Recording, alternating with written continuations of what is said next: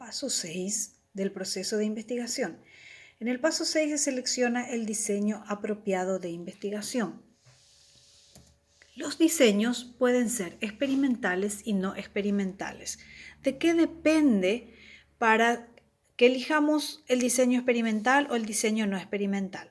De las preguntas de investigación y de los objetivos también de la investigación que se desprendieron de esas preguntas.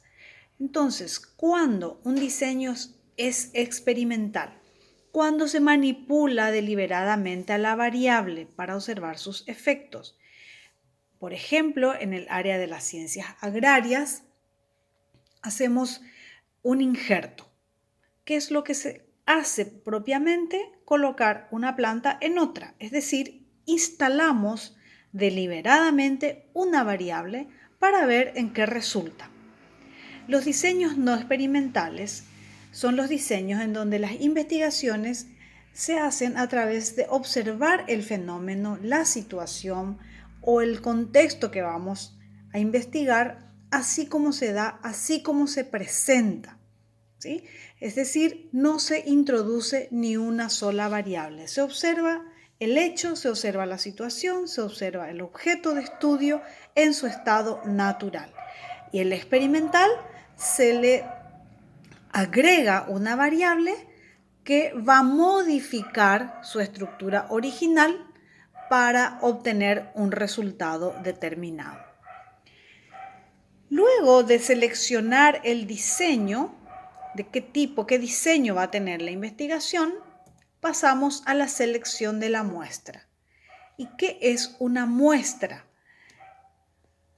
Para seleccionar la muestra, primeramente tenemos que tener determinado el universo, es decir, responder quién es o qué va a ser medido. Esa es la unidad grande de análisis, que sería, por ejemplo, estudiantes de la especialización en docencia de la Universidad Nacional de Itapúa.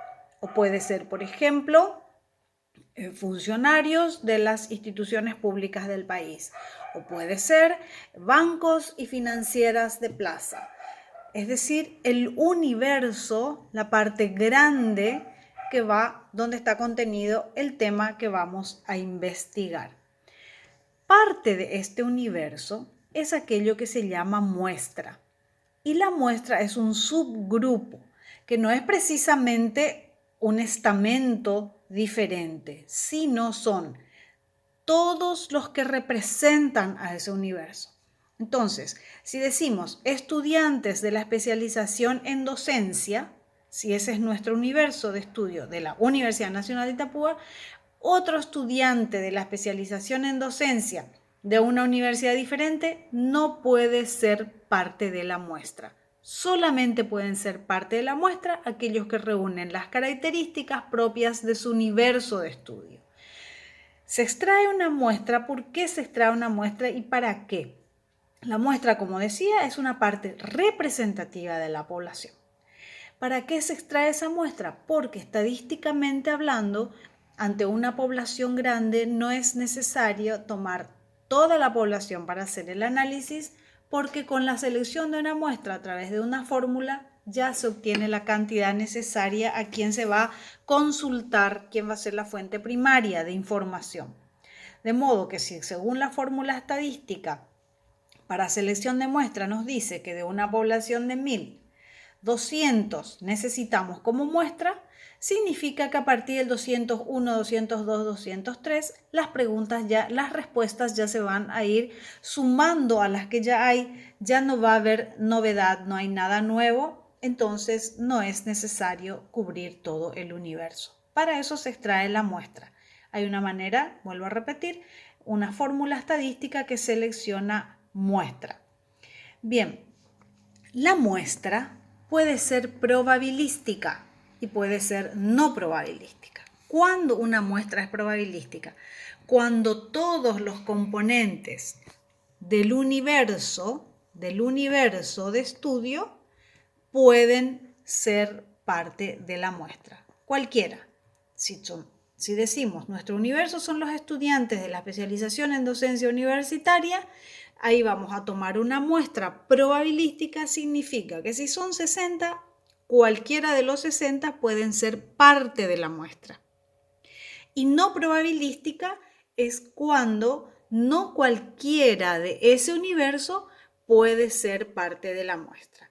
Es decir, depende ya de algún criterio. Si en mi estudio, en la investigación que estoy haciendo, necesito trabajar solamente con las mujeres que son estudiantes de la docencia universitaria, entonces ahí ya incorporo un criterio y eso hace que mi muestra sea no probabilística. La muestra en ese caso es no probabilística. ¿Por qué? Porque existe un criterio llamado género en donde el cual me está determinando que esa muestra es no probabilística. Bien, esto corresponde al paso 7 de nuestro diseño de investigación y pasamos al siguiente, que es la recolección de datos. La recolección de datos se refiere ya al trabajo de campo propiamente. Es el paso 8 dentro del proceso de investigación y en donde vamos a ir al contexto mismo de estudio a recolectar los datos y las informaciones. Para ello debemos elaborar un instrumento de medición y aplicarlo. Ese instrumento tiene que contener criterios de validez y de confiabilidad. Un instrumento puede ser, por ejemplo, una encuesta. Una encuesta es un instrumento que tiene modalidades. Una encuesta puede ser un cuestionario, una encuesta puede ser también una entrevista.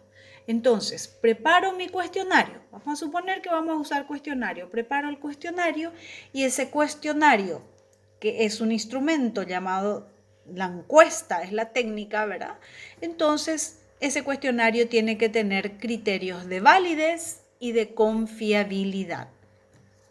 Cuando decimos que el cuestionario que voy a aplicar es válido, cuando el instrumento mide realmente la variable que pretende medir.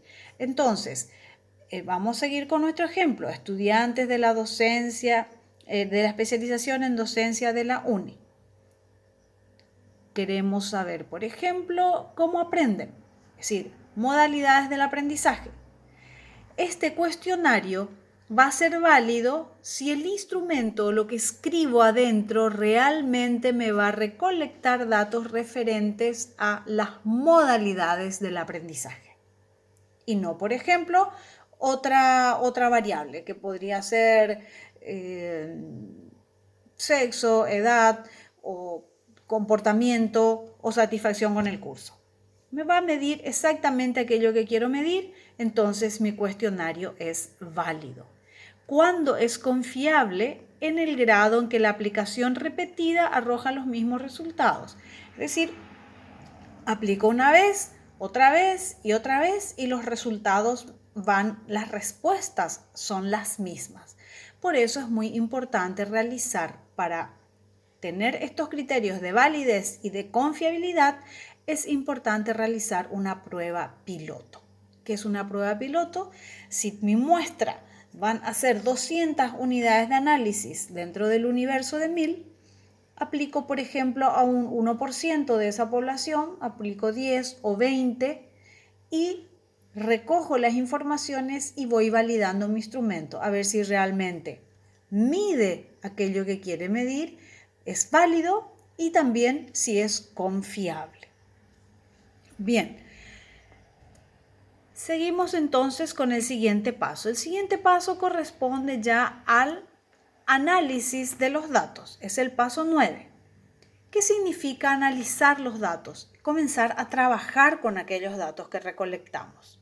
Vemos si vamos a utilizar pruebas estadísticas para hacer el análisis, si vamos a elaborar un plan de análisis propiamente, ¿sí? Es decir, trabajar con esos resultados. Todas las informaciones que recolectamos sometemos a un ordenamiento primeramente, ordenamos y luego clasificamos. Vamos a suponer que tenemos que clasificar por género, por edad, tenemos que clasificar por rango etario. Entonces hacemos todo ese ordenamiento previo y con los datos ordenados, tabulados comenzamos a analizar y a ver qué es lo que realmente me responde esas unidades de análisis de mi muestra para hacer las interpretaciones.